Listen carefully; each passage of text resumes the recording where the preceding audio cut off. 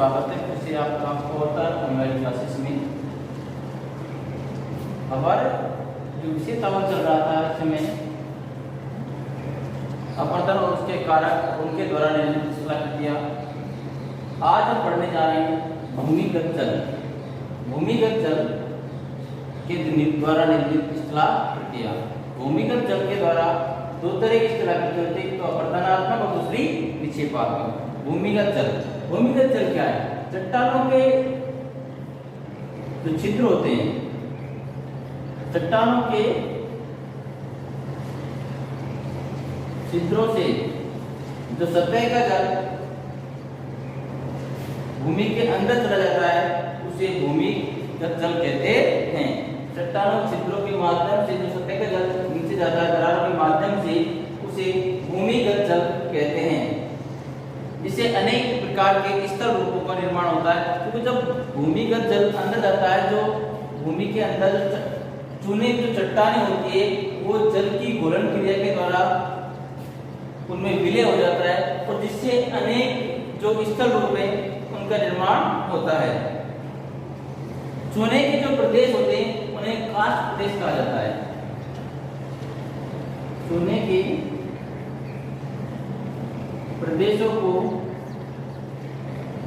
काष्ठ प्रदेश कहा जाता है।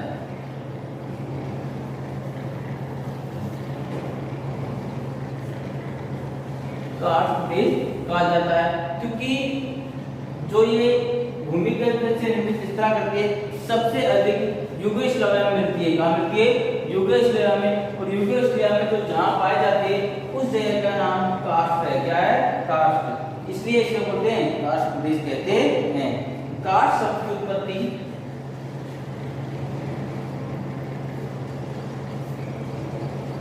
की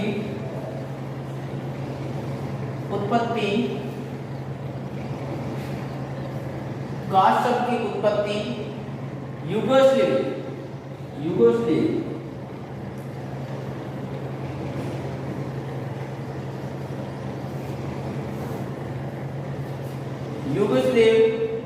भाषा के क्रास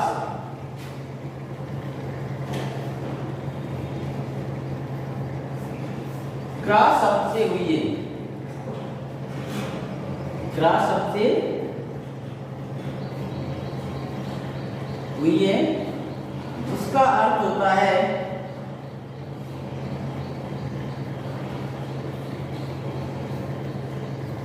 चूना युक्त प्रदेश या चूने के प्रदेश। इसलिए चूने प्रदेशों में चूने जो प्रदेश होता है उसको काष्ठ प्रदेश कहा जाता है। इसकी युगोस्लाविया में अधिकता के कारण जो प्रदेश है वो उसका नाम क्या है? काष्ठ। युगोस्लाविया में जहाँ चूना एक ज्यादा स्थल रूप पाया जाता है उसका नाम क्या है? काष्ठ। तो इसलिए चूने प्रदेश क्या बोलते हैं? काष्ठ प्रदेश बोलते हैं। काष्ठ शब्द की उत्पत्ति युगोस्लाविया भाषा के क्रास शब्द से हुई है। भूमिगत जल की बात करें तो भूमि के अंदर धरातल के नीचे जो जल पाया जाता है उसे भूमिगत जल कहते हैं। ये जल दरारों या छिद्रों के माध्यम से वहां पहुंचता है। जब ये जल दरारों और छिद्रों के माध्यम से अंदर जाता है तो चूने के प्रदेशों में जो चूना होता है जल को अपने साथ घोल कर लेता है, जिससे अनेक स्थल रूपों का निर्माण होता है। ये स्थल रूप दो तरह के होते हैं, एक तो अपरदनात्मक और दूसरा निक्षेपात्मक। कितने होते हैं? अपरदनात्मक और निक्षेपात्मक।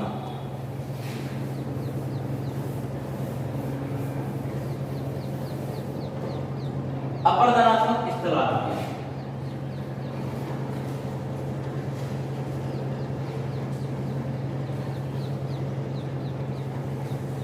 अपरदनात्मक स्थलाकृतियां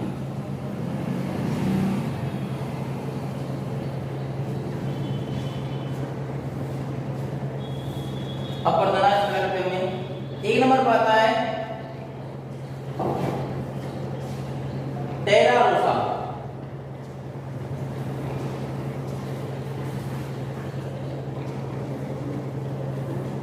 टेरा रोसा घूर्णन क्रिया से निर्मित लाल या भूरी मिट्टी को टेरा रोसा कहते हैं। नहीं, घूर्णन क्रिया से निर्मित लाल व भूरी मिट्टी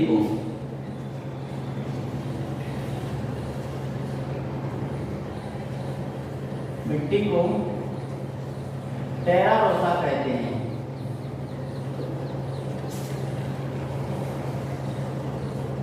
टेरा रोसा कहते हैं। दूसरा आता है लेपीज। दूसरे जो इस्तेलाह करती है वो क्या है?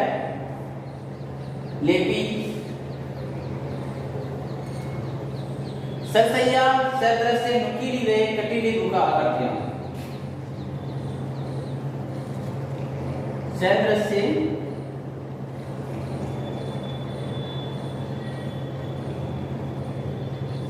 नुकीली व कटीली हुआ करती हैं।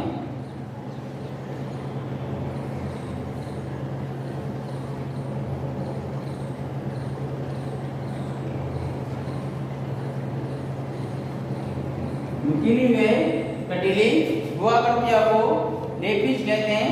चित्र के माध्यम से देखते हैं हम इसको।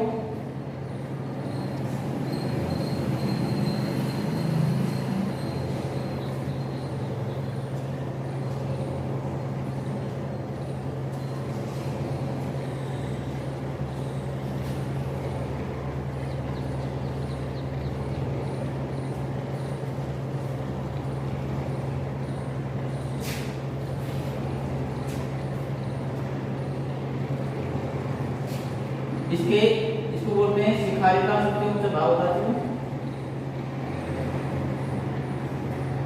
इसे विदर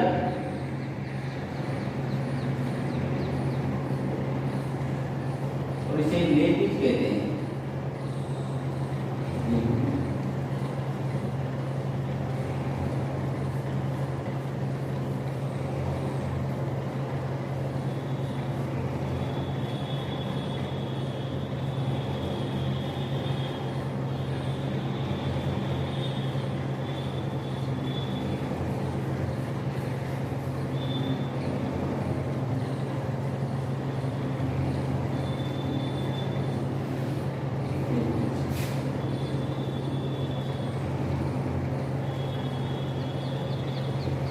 लेपीज।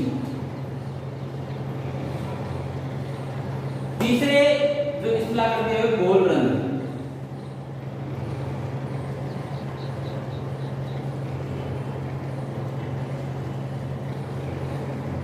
गोल रंग।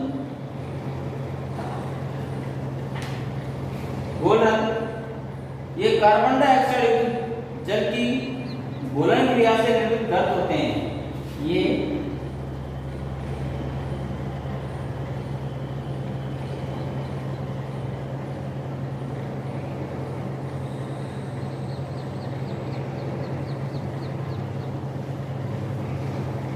कार्बन डाइऑक्साइड युक्त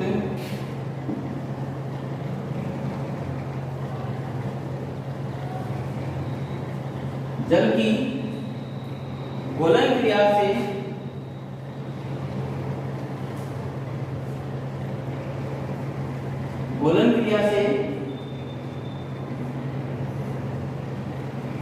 निर्मित गर्त होते हैं। जब सतही जल छिद्रों के माध्यम से भूमि के धरातल में नीचे भूमिगत अंदर प्रवेश करता है तो धरातल पर छोटे छोटे छिद्र से बन जाते हैं, गड्ढे से बन जाते हैं। उन गड्ढों को गोल रंध्र कहते हैं। गोल रंध्र देखो इस तरह से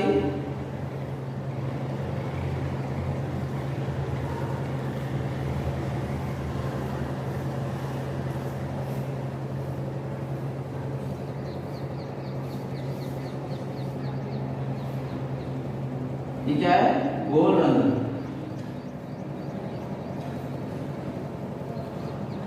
गोल रंध्र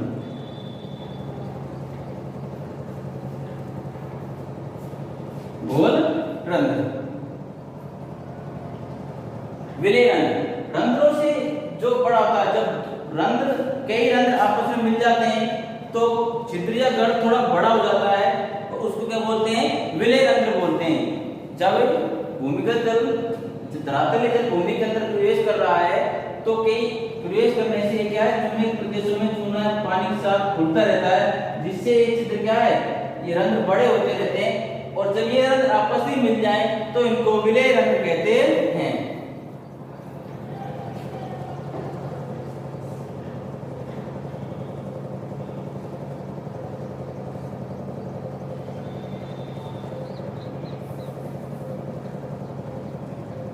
गोल रंध्र से बड़े आकार के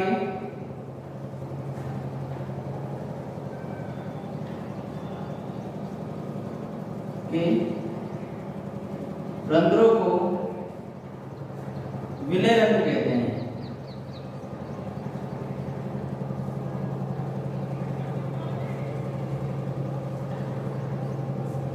विलय रंध्र कहते हैं।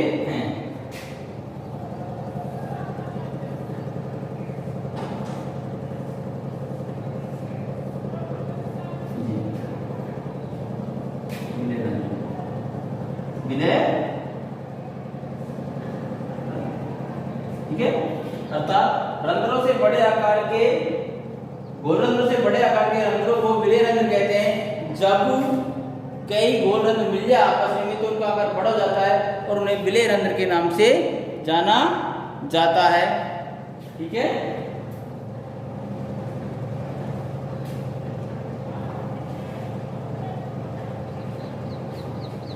इसके बाद आता है डोलाइन।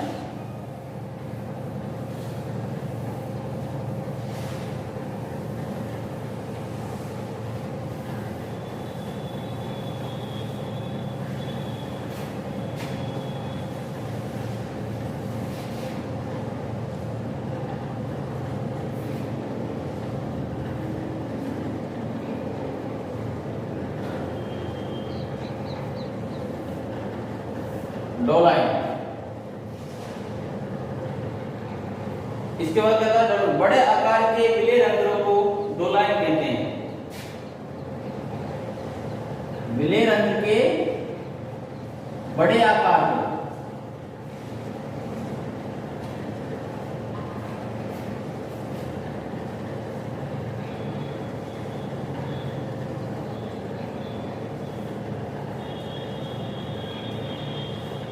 डोलाइन कहते हैं। अर्थात छोटा, सबसे छोटा गोल रंध्र, उससे बड़ा विलय रंध्र और विलय रंध्र से बड़ा डोलाइन। आप देखो इस तरह के,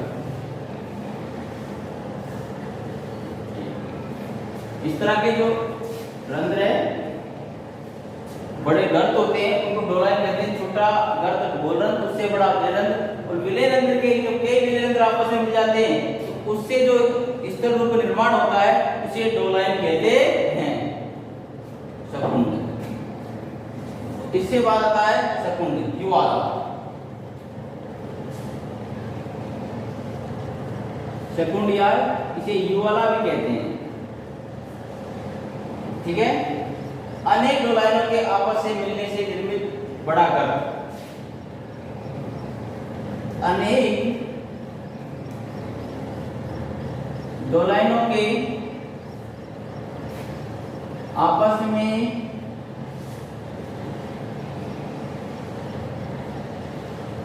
मिलने से निर्मित विस्तृत गर्त को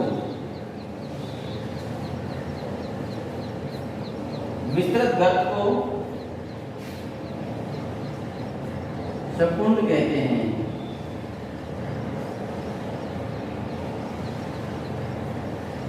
सकुंड कहते हैं। ठीक है, उसके बाद है राजकुंड। राजकुंड सकुंड से बड़ा होता है। जब कई सकुंड आपस में मिल जाते हैं बहुत बड़े गर्त का निर्माण होता है, इसे राजकुंड कहते हैं। गोल रंध्र के मिलने से विलय रंध्र बनता है, विलय रंध्रों के मिलने से डोलाइन बनता है, डोलाइनों के मिलने से सकुंड बनता है, और सकुंडों का आपस में मिलने से राजकुंड का निर्माण होता है। अब है धस्ती निवेशिका। अगली जो स्थलाकृति 8 नंबर पे दस्ती निवेशिका।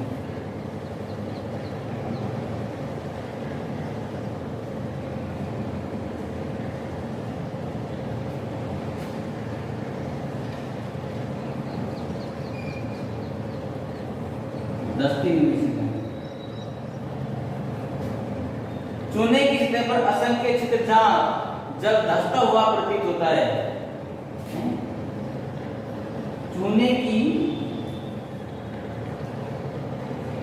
सतह पर जहां जल धंसता हुआ प्रतीत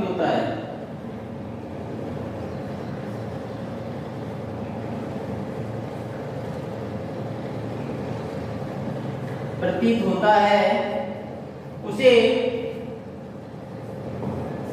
दस्ती निवेशिका कहते हैं।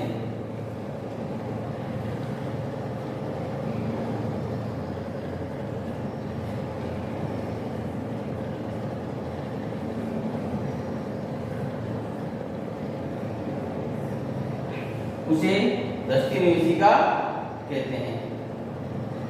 ठीक है, ये थी अपवर्तनात्मक स्थलाकृतियां।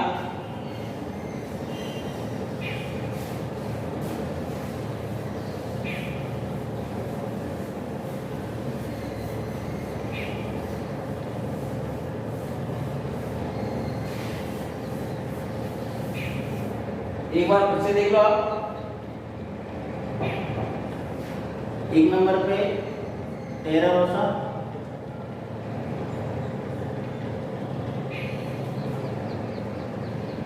1 नंबर पे टेरारोसा, 2 पर लेपी,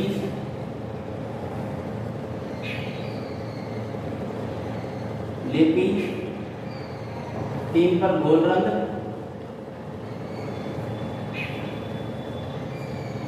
4 पर विलयरंध्र,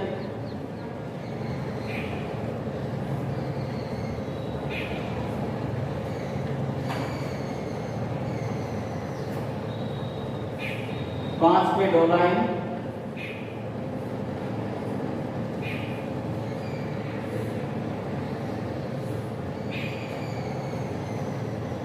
6 पे शकुंड,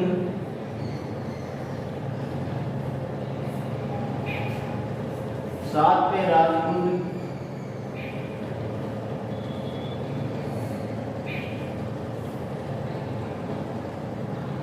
8 पे दस्ती निवेशिका।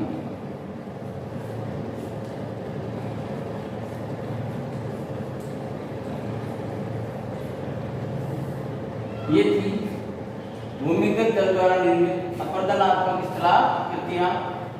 इनका निर्माण चूना युक्त प्रदेश में होता है, जिन्हें कार्स्ट प्रदेश कहा जाता है। कार्स्ट शब्द यूगोस्लाविया की क्रॉस भाषा से क्रॉस शब्द से लिया गया है, जिसका अर्थ होता है चूना युक्त प्रदेश। ठीक है मित्रों, ये थी भूमिगत जल द्वारा निर्मित अपवर्तनात्मक स्थलाकृतियां टेरारोसा, उसके बाद लेपी, गोलरंध्र से बड़ा विलयरंध्र, विलयरंध्र से बड़ा डोलाइन, शकुंड, राजकुंड और दस्ती निवेशिका।